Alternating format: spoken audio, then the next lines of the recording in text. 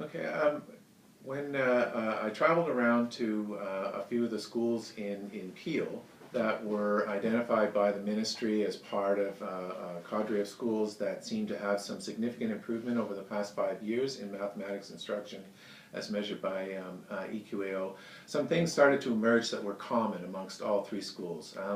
The first being that the principal had been at the school for a number of years, typically 4, 5, up to 7 years, and so there was some stability in terms of the principal leadership and the staff understanding what the expectations of the school were.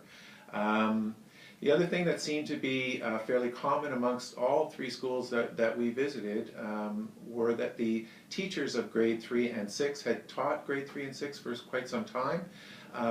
Some of them as many as 8 or 9 years in the same school.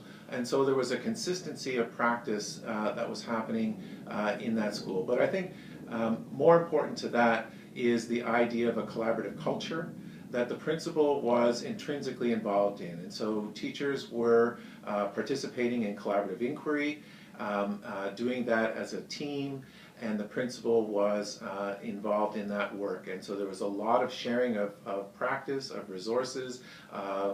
Classroom doors were open.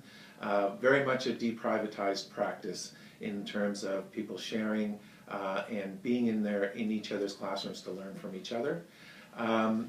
In terms of the approach to instruction, heavy emphasis on problem solving, on using a three-part lesson, on really allowing students to work in collaborative groups, but with an emphasis on them making their thinking visible, really explaining their answers, using the language of EQAO, helping them understand what it means to justify, explain, and building that into their consolidation time in the classroom.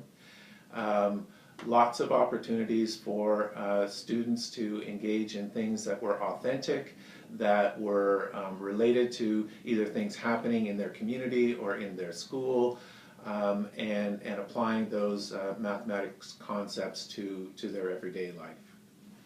I'm running out of things. So. Okay. Could you maybe, they can clip this, but could you talk to the growth mindset and how you figured that arrived to the school?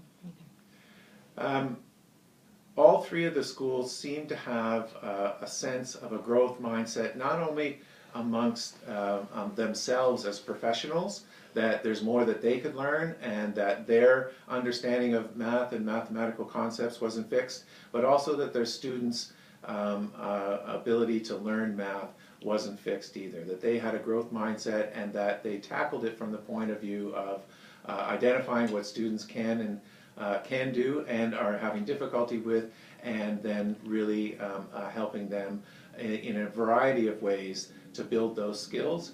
And they also made great use of the support staff. And so when I talk about a team, a grade 3 team or a grade 6 team, it was also highly supported by special education teachers, ESL teachers, where they were looking for those accommodations and teaching strategies that would bring all students into that conversation and improve results for everybody.